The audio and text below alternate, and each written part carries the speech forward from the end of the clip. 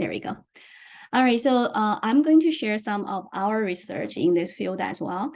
And this is specifically about patient preferences, because most of the time when we use causal inference or talking about dynamic treatment regimes for decision-making, we want to emphasize this is evidence-based decision-making process.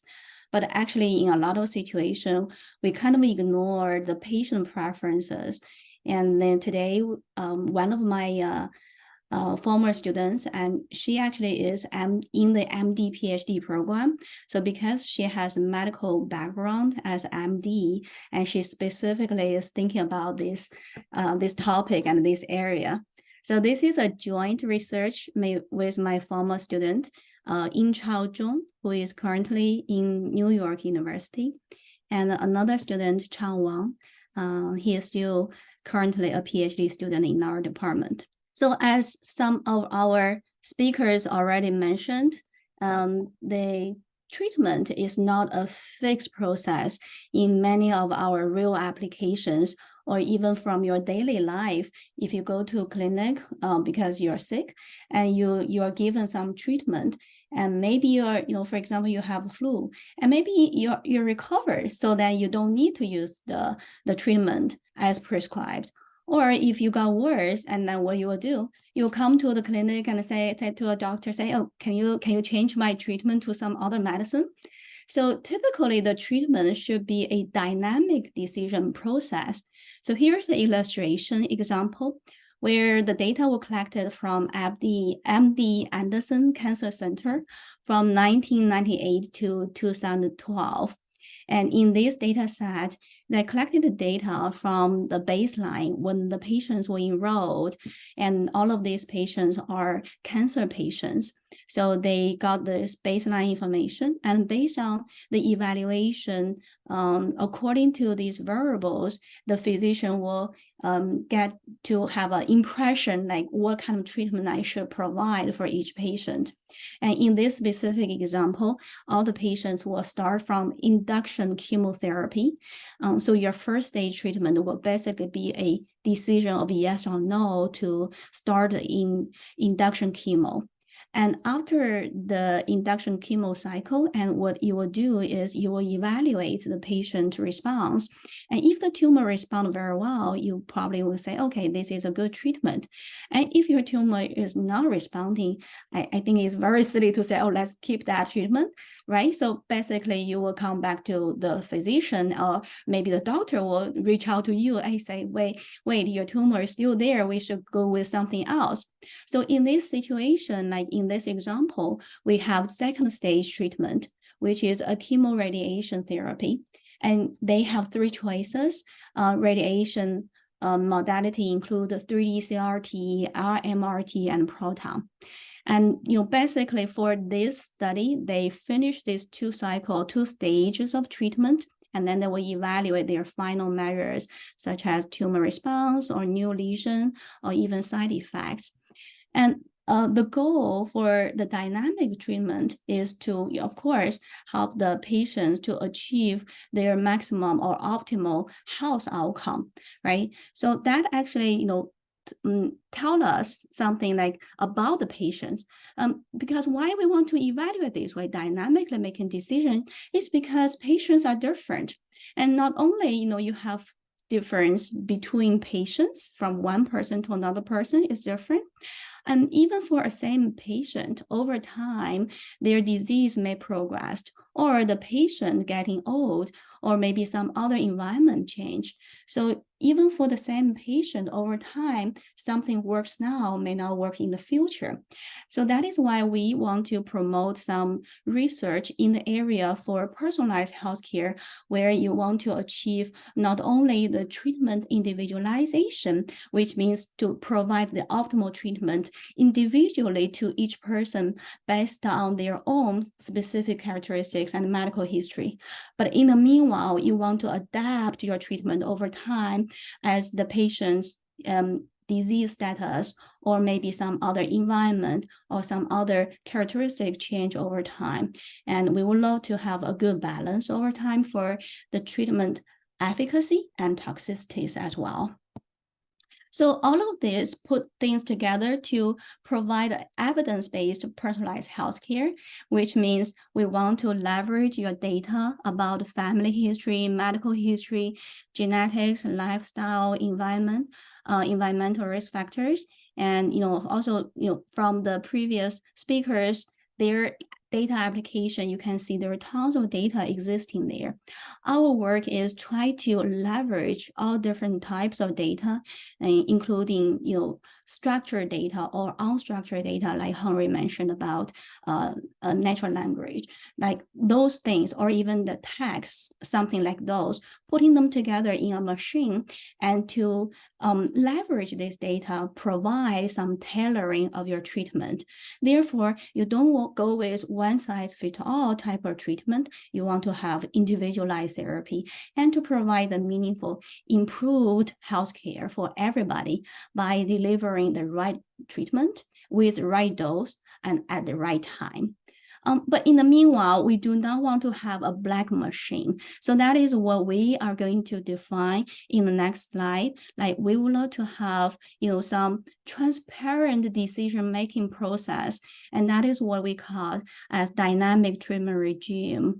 So we talk about this as a regime, which is a sequence of decision-making process, or, as we will see in a minute, is basically a mapping of your historical data to the treatment themselves. So we don't say this is dynamic treatment regimen. Regimen means that you only have a sequence of treatment, but here we actually have a sequence of decision rules. Our job is to identify or estimate these decision rules. So even though you are following the same rule, but maybe different people have different data, so their treatment sequence or regimens are still different. Okay, so let me explain some of these notations on this slide. So we consider multi-stage treatment, which is trying to mimic what is going on in your real data life, in your real life of practice. So they have treatment 1, 2 until T. And at each stage of your treatment, we allow to have more than 2 treatment options, which is also try to mimic the real life. So we, of course, follow right before each treatment decision, you collect some data, and then based on that, you will make a decision. And after your treatment, you will, because people respond to treatment differently, so you will have updated information. And then you will, based on the updated information, you will decide what treatment to provide next. So you continue doing that until to the end, you will have long-term reward.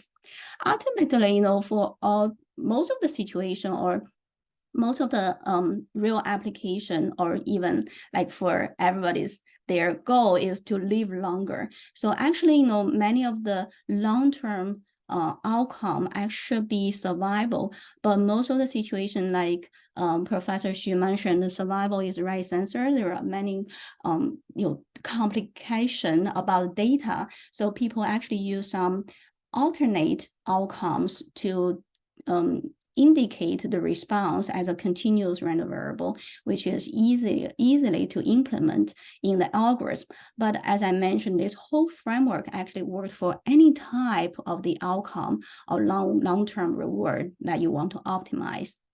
So given all of this data, what we are doing is at each decision point time, you will use up-to-date patient information, which include all the covariates and all the treatment history in the past. Okay, and based on those, we want to provide a mapping from this history to the next stage treatment. And that is actually what we call a G function. So it's a decision mapping or decision making process. So this is a mapping from history to the treatment. And then decision rule as time T and over different time points, this is a sequence of decision making process. And that is what we call as dynamic treatment regime. So this regime is to maximize your ultimate goal, which is the counterfactual outcome if everybody is following your rule. Again, even everybody is following a rule, they may be provided different treatments, treatment regimen or treatment strategy, the treatment option by themselves. Their skill could be different. Okay, so like I mentioned, we would love to have a viewable and interpretable DTR. So that's why we want to develop some methods that are transparent and trustable, reliable. And in the meanwhile, it could be implemented in practice and therefore to make an impact for real life. There are tons of literature, and I just cited some of those here. And you could read those literature about viewable dynamic treatment regime, backward outcome weighted learning, adaptive contrast weighted learning, and tree-based reinforcement learning, list-based DTR, and stochastic tree-based reinforcement learning, and some restricted reinforcement learning as well. So today I mentioned about patient preference. So besides what can be provided on the previous slide in the figure, that you have the machine, you tell the patients what to go with using your data, but actually the patient may want to look at that and say, oh, I have a different thinking. So how to put them together? So that is, there is a big gap, but this is only one small step. We are trying to fill in the gap. This paper was published in 2021. It's about the survival augmented patient preference and how to incorporate that. The basic motivation is trade-off between the quality of life and the quantity, like survival time. And one of the biggest challenge in the survival analysis is sensor data, which may affect both estimation and inference. And in this, by the time when we were working on our project, there are a couple of publications, and that is already talking about leverage the patient preference, and that is published in 2018 in Biometrics.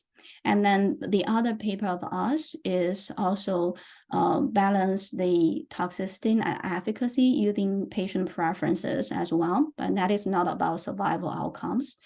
And then the bottom two items are some literature, how to deal with right sensor data in the dynamic treatment regime field.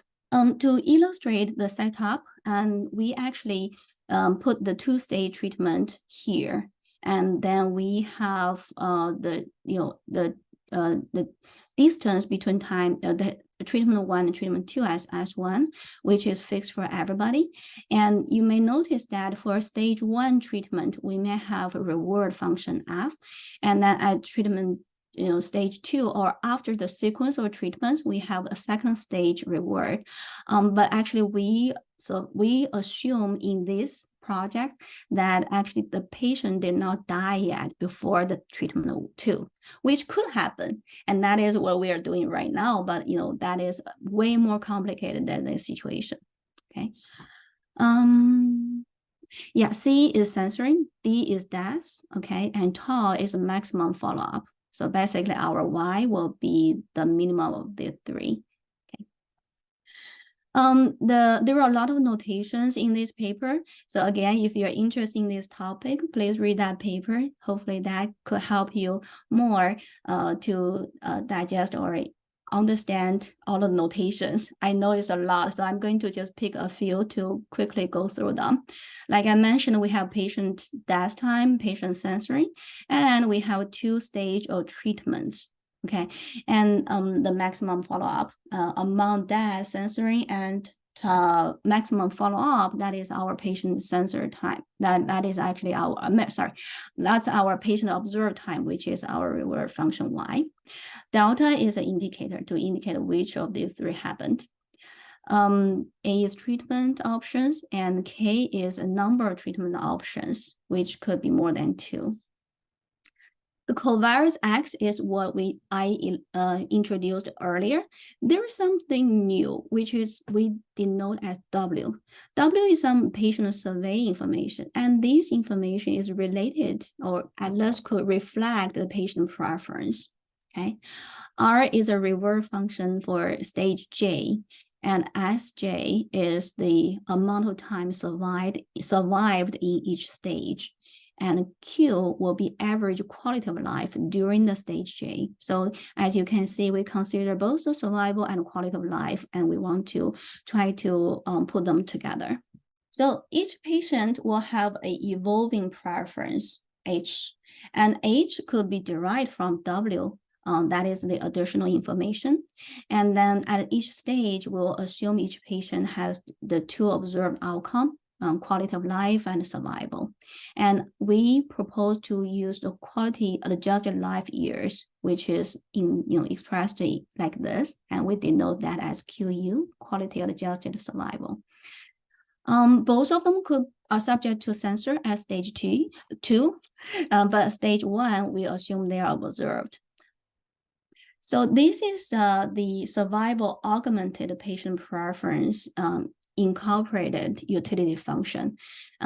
Basically, in a few slides before, when I talk about this problem, essentially this becomes optimization algorithm, or you try to solve a optimization function. And there you need to know what you want to optimize. So here we basically put that utility function as a weighted version of your normal survival and also the quality adjusted survival. Okay, so intuitively, this is a sliding scale between your survival and quality adjusted survival. If your phi function, right, is close to 0, and that means you emphasize more about survival. If phi is close to 1, and then that is actually the total quality adjusted life.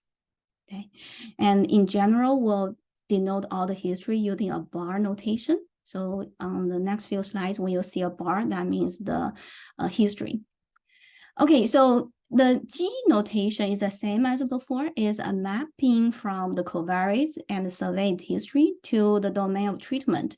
And that is our goal, to estimate the regime decision rules at each time point.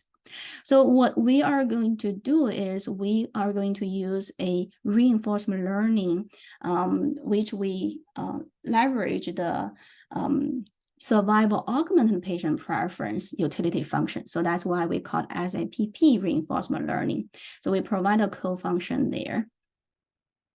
So that is for the second stage and stage 1. So for those who know Q learning, then this is pretty straightforward.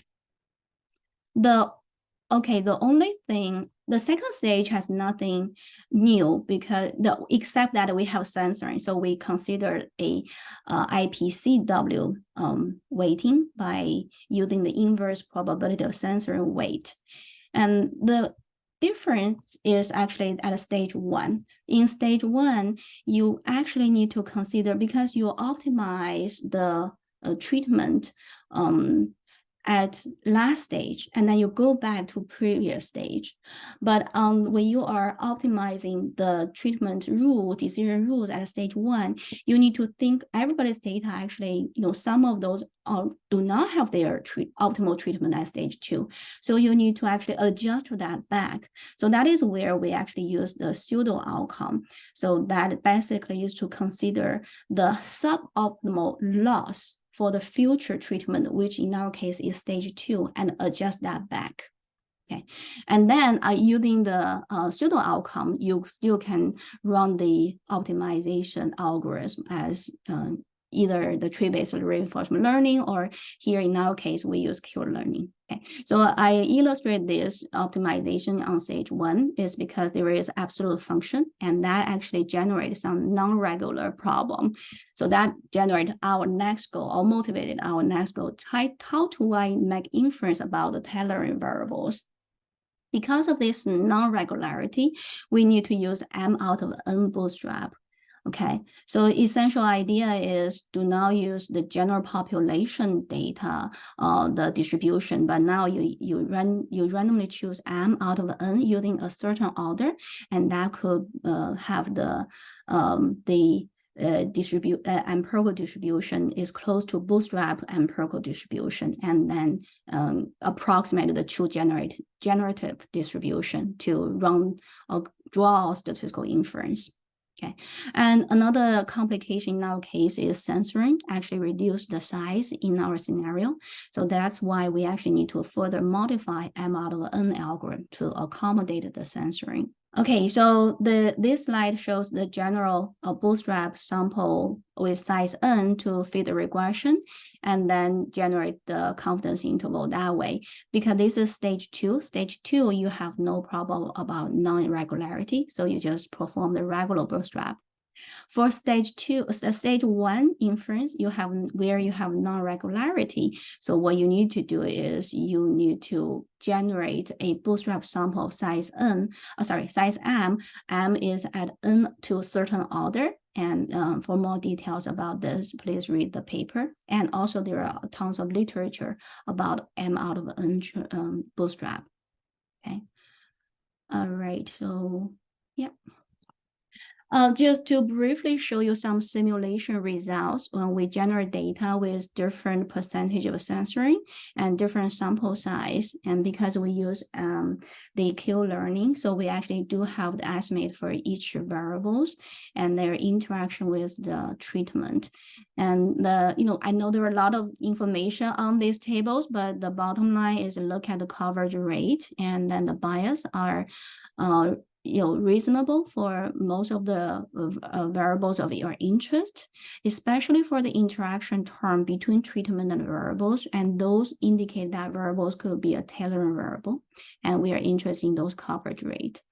And if you compare the observed versus predicted rewards, using this figure, you basically could see that, for the predicted optimal using our algorithm is actually have the best result compared to all the others. All right, so the augmented patient preference, that idea is to incorporate reinforcement learning and to estimate the optimal dynamic treatment regime, and in the meanwhile to account for the patient preference by using patient preference related auxiliary information to get to the weight 5 function. And 5 function is to weight your survival and quality of life, adjusted survival. So that is how you combine them together, mathematically together. And then today's talk is mainly about survival data, and we use a survival augmented patient preference incorporated Q-learning. And there are 2 goals. One goal is to find out what treatment regime or decision rule is the best. And secondly, you want to evaluate or make statistical inference about which variables among your data set actually are tailoring variables.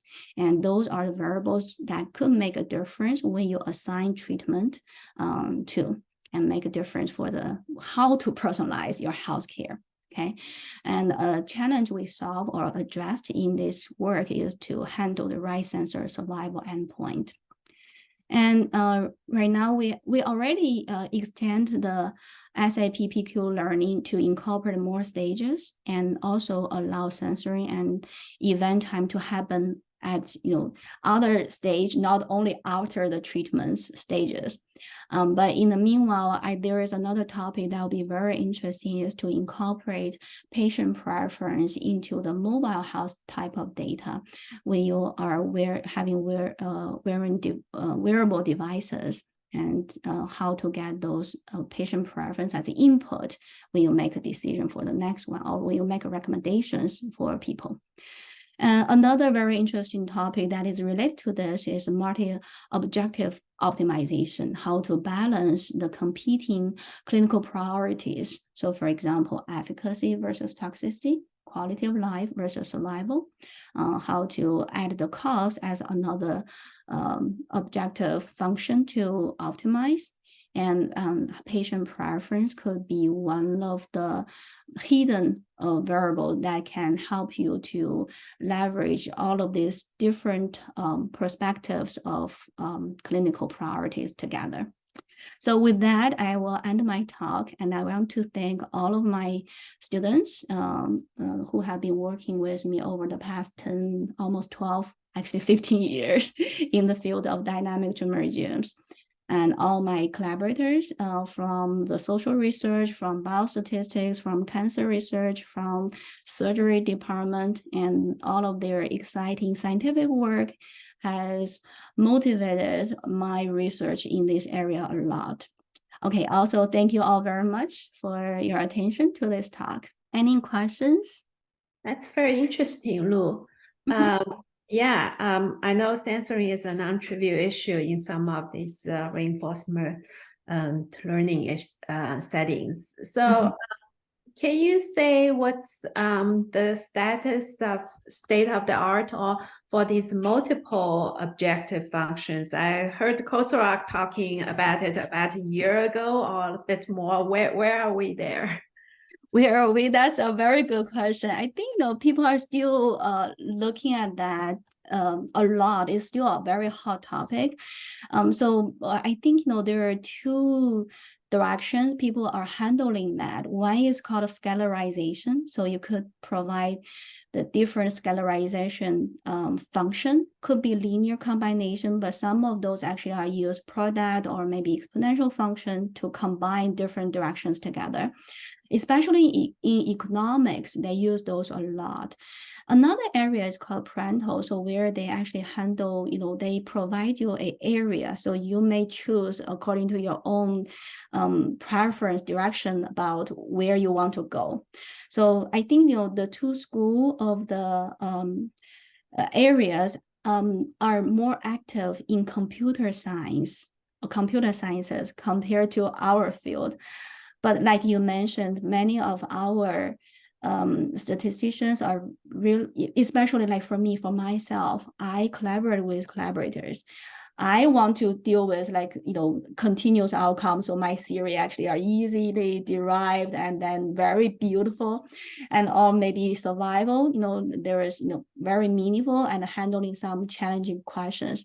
But they always go with oh, I want to consider three of them together. So that actually, when we collaborate with them a lot, we found that multi-objective are very important. So I think more and more of us start to work in this field. But actually before us, for example, at MD Anderson, all of those statisticians, they have always been working with efficacy and toxicity.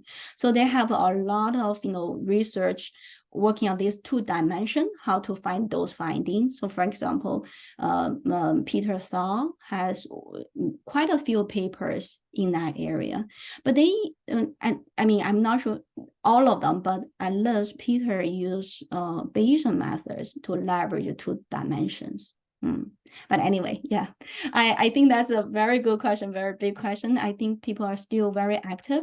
And for myself, my student, Yao Song, who is currently working with me, we just actually have a paper in this direction, and we worked on the multi-objective optimization in dynamic tumor genomes.